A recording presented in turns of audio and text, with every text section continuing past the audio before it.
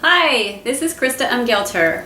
Yesterday we did baked apples, which was a single ingredient platter.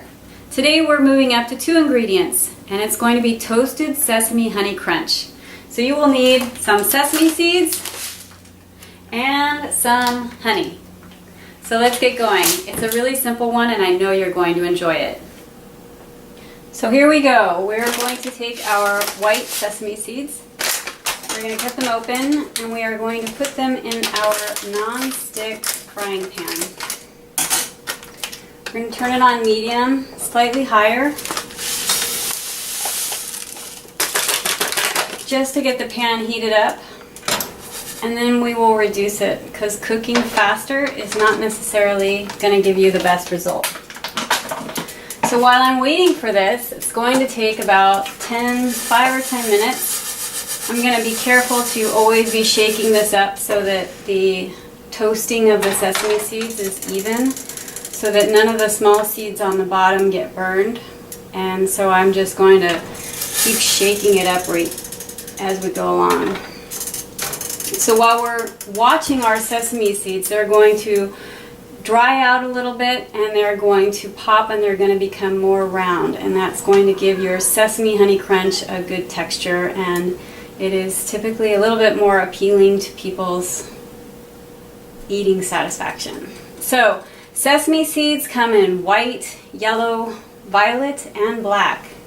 I've tried brown ones, but the results with the white sesame seeds were better because the taste was more natural and more bland. So you can experiment with different sesame seeds if you find them. The black ones tend to be extremely bold and have a very bold flavor, which could be desirable for certain aspects, or also for color schemes if you're looking for a certain look. Sesame seeds have a very high oil content. They are about 50% oil, and they are equally divided between monounsaturated fats and polyunsaturated fats. They have a high amount of omega-6s, which are polyunsaturated and monounsaturated. And by weight, they are 50% oil. They contain a lot of fiber and a lot of protein. In fact, the byproduct for making sesame seed oil is sesame meal or sesame flour. And they feed that to animals, cows, goats, chickens, and other bird fowl that you might be eating. So if you are allergic to sesame seeds, you might also have an intolerance to animal products that are being fed sesame seed meal, and that would be something to consider. It is a hidden allergy because people don't relate their sesame seed allergy to an egg or a chicken meat or some other animal product, but you might be aware of that. And sesame seeds are related to peanuts, and their allergy intolerance is on the rise right now. So it is something that more people probably need to be aware of. And if you're allergic to sesame seeds, you may also be allergic to their relatives, which include rye, peanuts, kiwi fruit, poppy seeds, black walnut, hazelnut, cashews, macadamia nuts, and pistachios. So you probably want to keep that in mind because all of your foods usually have relatives, and if you're allergic to one, you may be allergic to some of the other ones as well. And if you're allergic to sesame seeds, you may also be allergic to the sesame seed oil, and you may be finding sesame seed oil in your personal care products, especially if they're natural and they're using more food grade quality ingredients in the personal care products. Your body may be reacting to a skin exposure to a sesame seed oil. So that would also be something to consider. Sesame seeds also have a very high lignin content. And lignans are also on certain types of beans and certain types of legumes. And lignans have a lot of wonderful properties for your body. They can aid in weight loss, they lower blood pressure. It's also related, believe it or not, to reducing hair loss. They are a great source of prebiotics, which means that sesame seeds or any sesame seed products are going to be feeding your good internal healthy bacterial environments.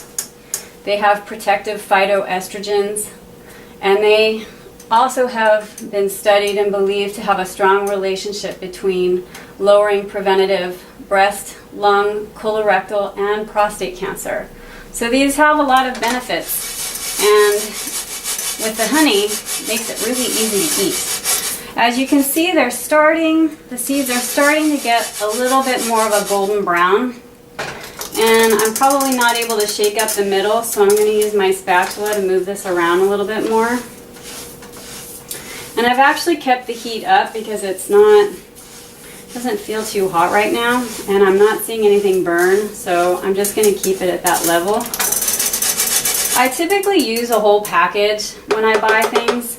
You don't have to, but that's typically how I work. I don't like half quantities sitting in the refrigerator, so I try to use things with whole packages so that they are all used up in one thing, so I know if I've used them, I don't have any sitting around in the refrigerator. So I'm going to keep stirring these up and around. And not that long ago, I actually tried this same recipe using raw pumpkin seeds. And raw pumpkin seeds are the green inside meat part of the pumpkin seeds that you usually see. They look a little bit like this. And when these are roasted in the same exact way that I'm roasting these sesame seeds, they get very round, very light. It changes the flavor considerably. Raw pumpkin seeds tend to have a very strong, bold taste that is unappealing to certain people. But when they are roasted dry, that is another thing. Do not add any oil to your pan here. You want your honey to stick to the seeds. So you don't want any oil when you're roasting your nuts this way, or your seeds.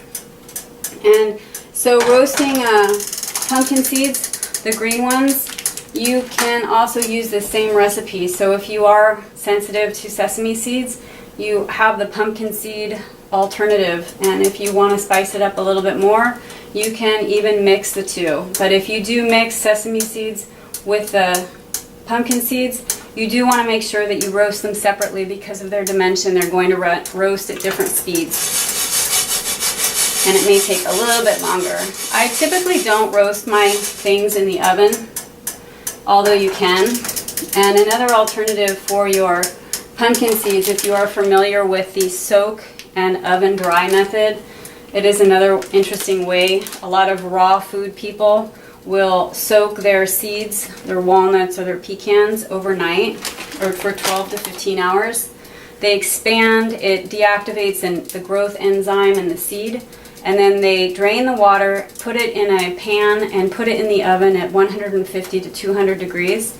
And then they move them around, and it takes about 9 to 15 hours to completely dry out your seeds. And that deactivates certain enzymes in the seed that are protective mechanisms to make sure that the seed grows when it's the best environment for it. And it also changes the taste, and if you are fanatically raw, then that is another way to do it without exposing your seeds to nuts. But you cannot soak and dry sesame seeds, or I'm not aware of anyone having done that yet. So I'm going to move this around again, and they're getting golden brown. And it does take a little bit of time to do this, but it's well worth the waiting time to do this because the results will be good. So your finished product may not last very long because typically you put this out and people have inhaled it before it's had a time to get back to the refrigerator. So I'm going to do this for a couple more minutes while I'm waiting. And while I'm waiting, I will tell you a little bit more about pumpkin seed kernels.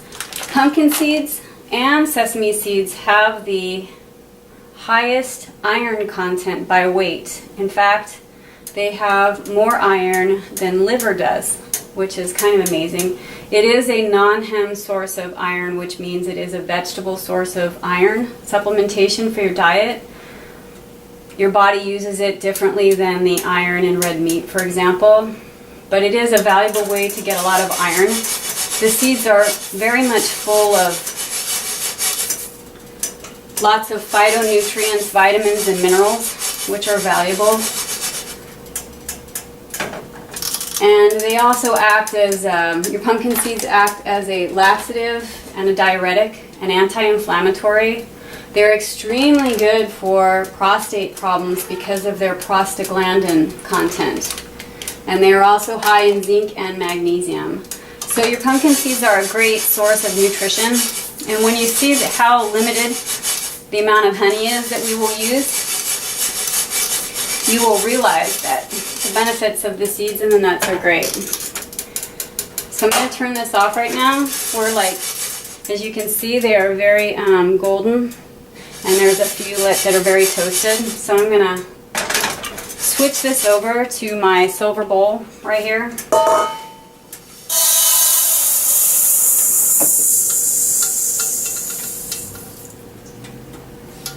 And I use quite a big bowl because you don't want your seeds going all over the place. And once your sesame seeds are toasted, they do get quite a bit lighter. And so they are a little bit more risk to fly away. I'm going to, if you see the pan, it has some of the tiny fragments of the sesame seeds. So I'm going to wipe those out with a dry towel because I don't want that interfering with my honey. I'm going to put that right here for the moment. I'm going to open up my honey. My honey is extremely black, as you'll notice. It's buckwheat honey. I like bold honey, but if you prefer clover honey or lighter colored honey that has less of a flavor, that's perfectly fine too. But your honey is going to be so diluted by the seeds that it really won't matter what kind of honey you're using. So I am going to add about a soup spoon and a half or two. That's kind of, we're looking pretty good already right there. So I don't use maybe a big heaping soup spoon. I'm going to put it back on here. And my nonstick pan, you don't ever want to use anything metal in it, as you're aware. But to get all the honey off of this spoon, I usually just put the spoon towards the heat and it will melt right off for me.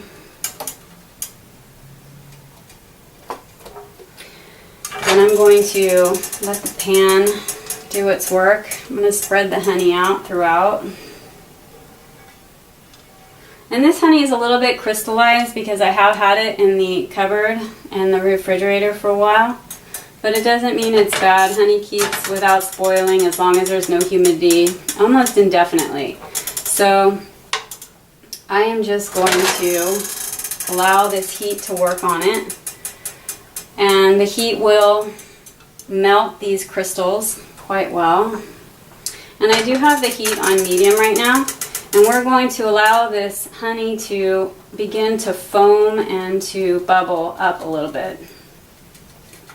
And your honey, you have all different kinds of colors of honey. You have, this is a very dark one, but you also have white and yellow and brown and all different types of honey. And this one is a buckwheat honey, which means that all the nectar for the honey came from buckwheat flowers, which gives this a very distinct flavor.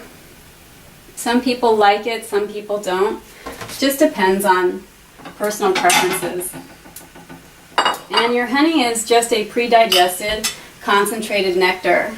And it contains quite a bit of fructose. As you can see, it's starting to bubble on us. And I am going to use my spatula here. And I didn't mention this earlier, but I do have two spatulas. And this one, as you can see, is very soft. It bends really easy. And that's not a good one for this recipe. You want something that is very, very rigid, that's hard to bend, because you're going to need that rigidity to move things around in the pan to really get a good factor in here going on. You're going to need that extra power, and you want less give in your spatula for doing this. So this is going to continue to foam on us, and every time I do this, I look at the amount of honey in my pan and I say, oh my God, this is going to fail. This will never cover all of my sesame seeds. And surprisingly, every time it works. So you are better with less honey than you are with more, because the more honey you have, the more likely it's going to stay too syrupy, and it will not create the hard crunch with your sesame seeds that we're looking for. As you can see, it's going to do this, and we're going to keep waiting for it to continue to foam. And the one good thing about dark honey is that when it begins to foam the way that we need it to for this recipe, it's really going to change in color and become much more pale. So we are going to pay attention to the color of the honey in the pan, and we are looking for something that is going to be much lighter. And as I was saying, your honey is it has a lot of fructose in it compared to glucose, and your fructose is going into your liver to be converted into glucose, so the blood sugar levels are likely to rise slower. And your glycemic index for honey is between 37 and 87%, depending on the type of honey, and also the person's tolerance and digestive processes for honey and what you're eating it with. And because these sesame seeds or the pumpkin seeds are very high in lignans and fiber and protein, it should slow down the blood sugar uptake of this honey process. So we're going to keep watching this, and it's getting closer. As you can see, it's getting lighter, and it's not so fluid and liquidy. It's like pretty foamy all the way around, and that's what you kind of want to keep an eye on. And I try to keep it all in the middle right in here, and it's going to keep foaming slightly, and we're just going to keep watching it very carefully. When you're doing this part of this recipe, you do not want to leave the kitchen. You cannot go to the bathroom. You can't have problems with a child or a dog. You need to be paying attention to this, because if you miss it, the opportunity when you need to be throwing your seeds into this pan, it's going to be very delicate, and you may have to start over. So we're just going to watch this, and it's still working. Seems to be going slower today for some reason. And you also want to pay attention to the smell. It feels like it's getting that sort of telltale smell where I need to kind of slow it down a little bit. So as you can see, it's pretty foaming, and there really doesn't look like there's anywhere near enough for the amount of seeds we're going to put in it. So I'm going to add my seeds. They're all going to go in, and they are not all coming out of this bowl. And then very quickly we're going to take it off, and we're going to start mixing with our very solid spatula. I usually take it off the heat. I turn off the heat, and then I take it off so that nothing's burning and my seeds are not still cooking or toasting, or none of that is happening.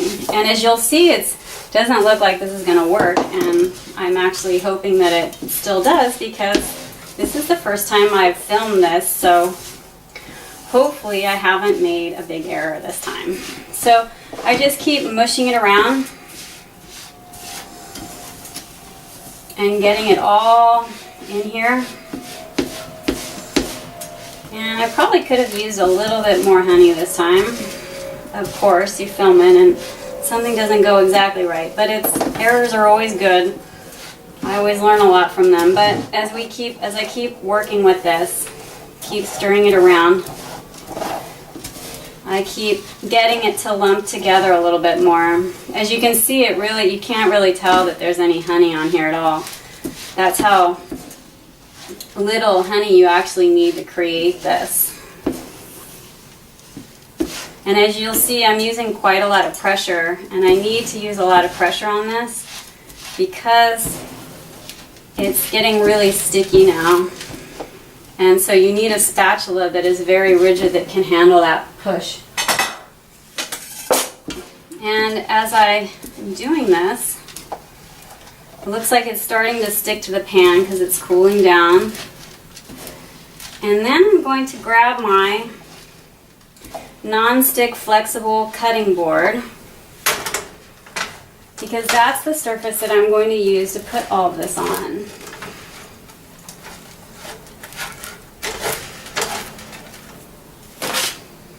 And I use this for both a cutting board and for confectionaries because it is it's flexible. I can peel it off of sticky items or chocolate bark and other items. So it's a great surface for me to use. I'm always very careful not to use the cutting side when I'm using it for confectionery. So I'm putting it on the smooth side that's never had a cut in it. And I'm going to scoop all of this out.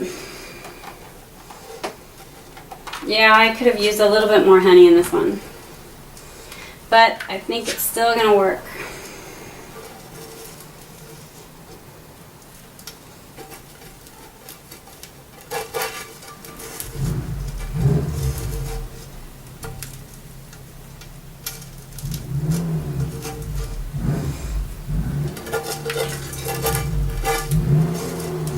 If you have a little bit more honey, you're going to have a little bit less flyaway with your sesame seeds all over the place, which has its own benefit. So now I'm going to push it out on this, and then I am going to put it in the refrigerator to cool it off. And the refrigerator, the temperature, the lower temperature, will make this solidify, and it will make the honey crunchy. And it will make it hard, make it sort of like a hard, crunchy candy. So there we go. And I will be back in about 15 minutes to show you what happens when we pull it out of the refrigerator to put it in a container for later use. Okay, so we're back, and I pulled out my flexible cutting board with my Sesame Crunch on it out of the refrigerator, and in the interim while I was waiting for it to cool off, I did the dishes and cleaned up the kitchen. There wasn't a whole lot. There's just a pan and a spatula, and that's about it really. One thing that I didn't do earlier, and it was a good thing that I didn't, was that sometimes people like to have that salty sweet taste, so you can consider adding salt to the top. This has so little honey in it, and it actually is kind of what I would consider an error. But since I always am promoting people to make errors, I decided to keep this on camera, because everything that people consider to be an error, in my opinion, is just more information. So what I did notice is that this is a little bit more brittle. The taste of it is extremely light. It's far more sesame flavored than sweet. It has just a mild aftertaste of sweet. So for people who don't like things that are very sweet, you could go much lighter on the honey and still get a similar result. It is not sticking together as well, but it is creating lumps, which is what you want. And these lumps, if you use them fairly quickly, you can integrate this recipe in with chocolate bark as another option for how to use this. I am using a scraper. I love these little scraper things, and it is a little bit more brittle, which is making it a little bit more messy because the seeds are snapping out and away, and might be a little bit more cleanup if I'm not careful here. I put this into my Tupperware container, and I will store it in the refrigerator. It usually doesn't last very long. If people come over, it's usually gone by the end of the night. But I have stored it and eaten it up to 4 or 5 days later without any problem. You can make this in smaller quantities. I tend to prefer to make bigger quantities because I don't like spending a whole lot of time in the kitchen. So if I'm making 6 ounces of it, or I'm toasting sesame seeds with a pound, I'm just doing the same amount of work and I'm getting more out of it, so I see the time factor is more beneficial.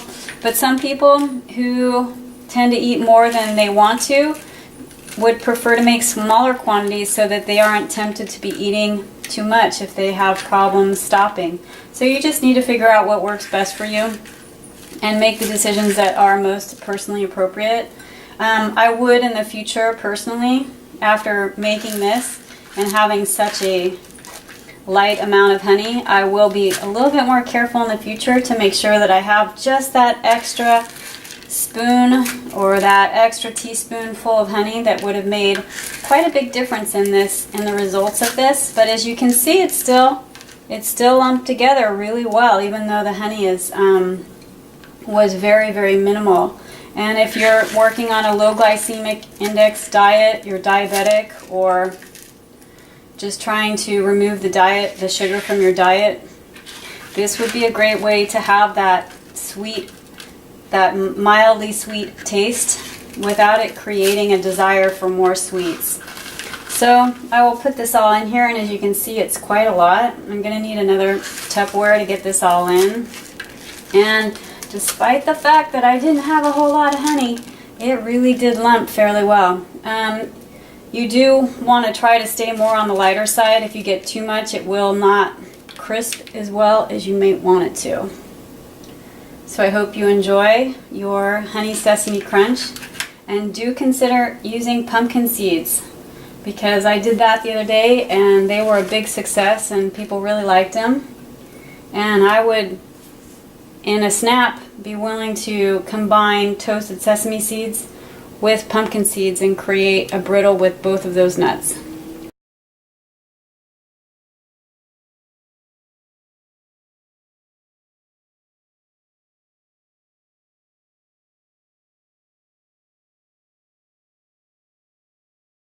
Hi, this is Krista Umgelter, and I'm going to say farewell for now. I hope you enjoy your Sesame Honey Crunch, and I will see you soon for my next one.